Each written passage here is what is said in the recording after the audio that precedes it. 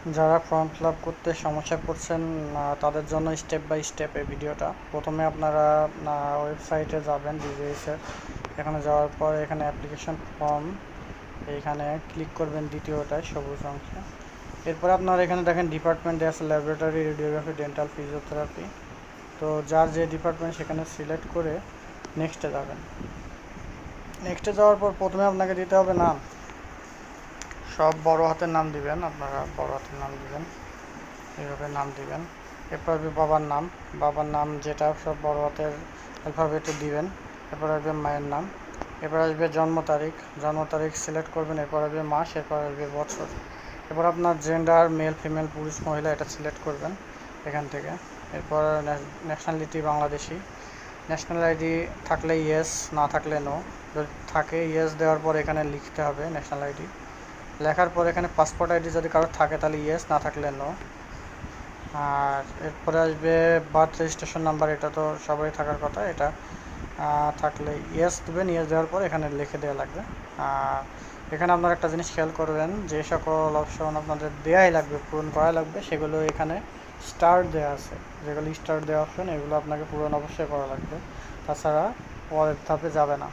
Marital status, married হইলে ওয়াইফের নাম, আর সিঙ্গেল হইলে সিঙ্গেল। আর কিউটো এটা হচ্ছে আপনার কোটা, কারোর যদি মুক্তিযোদ্ধা কোটা থাকে মুক্তিযোদ্ধা কোটা, কারোর যদি আপনার কেউ যদি অনাথ হয় তাহলে এতিম হয় তাহলে অরফান, আনসার, বিডিপি, ফিজিক্যাল হ্যান্ডিক্যাপ, যে কোনো কিছু থাকতে পারে। আর কারোর যদি কিছু না থাকে তাহলে নন কিউটো, এটা আপনাকে মাস্ট দেওয়াই লাগবে, কোটা থাকলে দেওয়া লাগবে। এবার আসবে অ্যাড্রেস, সাপোজ আপনার প্রেজেন্ট অ্যাড্রেস আর ইয়ে যদি সেম হয় তাহলে এখানে আপনার সাপোজ আপনার বাবার নামে আপনার বাসা দিলেন এমডি মোকলেস,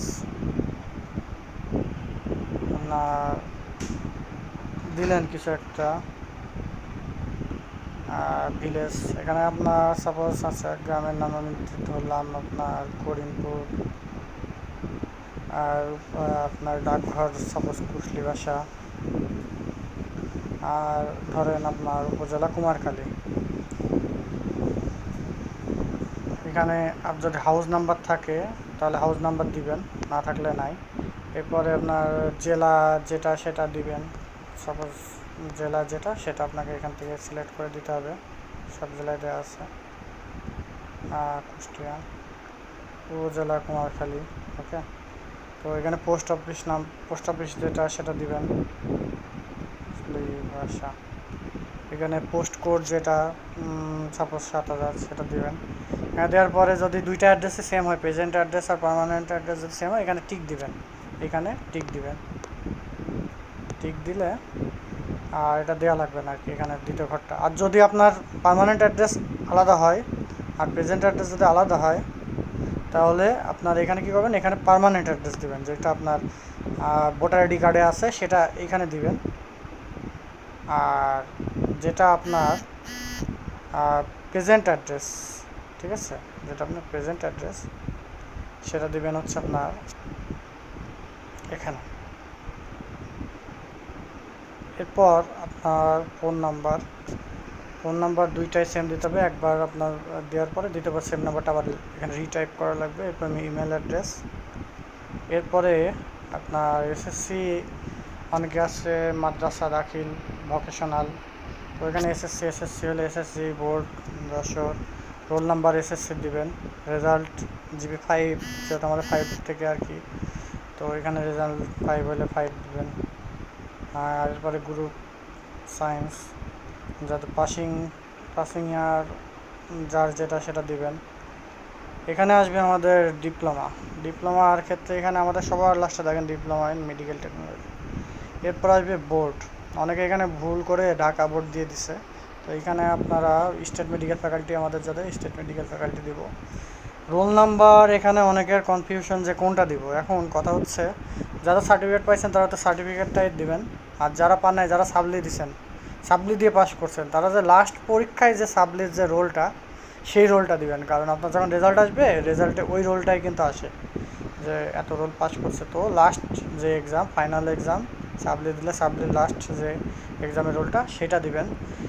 রেজাল্ট হবে পাস্ট, গ্রুপ সাবজেক্ট সেখানে যার যেটা পাসিং ইয়ার, যেই বছরে আপনি পরীক্ষাটা ফাইনাল পরীক্ষাটা দিলেন, রেজাল্ট আপনার যখন প্রকাশিত হবে ওই বছরে আপনি পাসটা করলেন, 15তে করলে যেই বছর আর কি। তো সেই হিসাবে আপনার যদি 19-এ পাস করেন 19-এ। আর এদিকে দ্বিতীয় ঘরটা এটা পূরণ করা লাগবে না। এখানে 3 বছরের ডিপ্লোমা করেছেন, হ্যাঁ।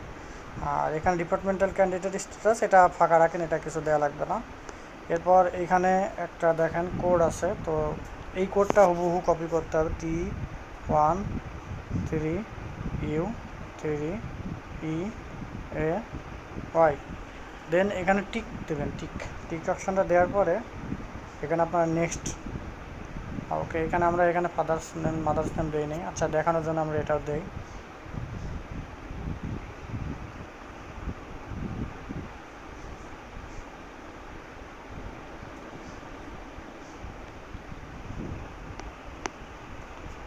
দেওয়ার পর নেক্সট, এখানে আর কি বাকি ফোন নাম্বার, ওকে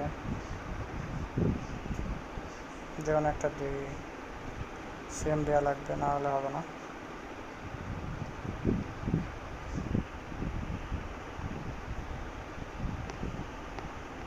আর কিছু কি বাকি আছে, এখানে পাস্ট রোল নাম্বার, এটা কিছু তো দেওয়া লাগবে। জাস্ট এটা আপনাদেরকে দেখানোর জন্য আর কি। আর কিছু কি বাকি আছে, ওকে এখানে voter ID number, registration number. আচ্ছা আমি এখানে নো দিয়ে দেই, এখানে কিছু দিব না। তারপরে মান্থ অফ বার্থ,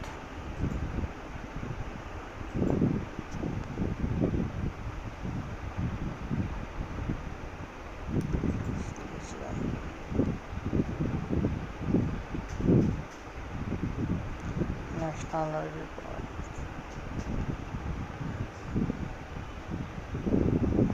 এখানে নেক্সট দেওয়ার পরে দেখেন এটা আসবে, এই পেজটা আসবে। এই পেজটা দেওয়ার পরে আপনার এখানে দেখেন আপনারা সব কিছু একবার করে মিলাই নেবেন। আমি এখানে আমার আসল তথ্য দেই নাই কোনোটাতেই, জাস্ট এখানে দেখার জন্য। দেওয়ার পরে এখানে আপনার ফটো চাবে, ফটো আমি আগে যে ভিডিওতে দেখাইছি, আপনারা এই অ্যাপসের থেকে এখান থেকে আপনারা রিসাইজ করে নেবেন। অ্যাপসের থেকে যে কোনো একটা ছবি আপনারা যখন ডাউনলোড করবেন, এই ছবিটা রিসাইজে যাবেন। রিসাইজে যাওয়ার পর এখানে কাস্টম, যেটা ফটোর ক্ষেত্রে হবে 300x300। আর যেটা আপনার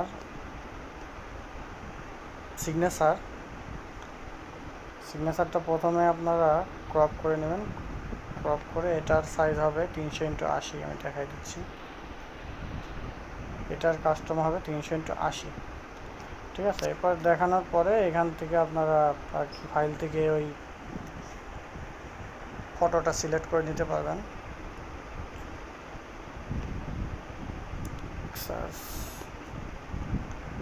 এখান থেকে ফটো রিসাইজার, এখান থেকে আপনারা সিলেক্ট করে নেবেন। সিলেক্ট করে নেওয়ার পরে এখানে সাবমিট করলে হয়ে যাবে।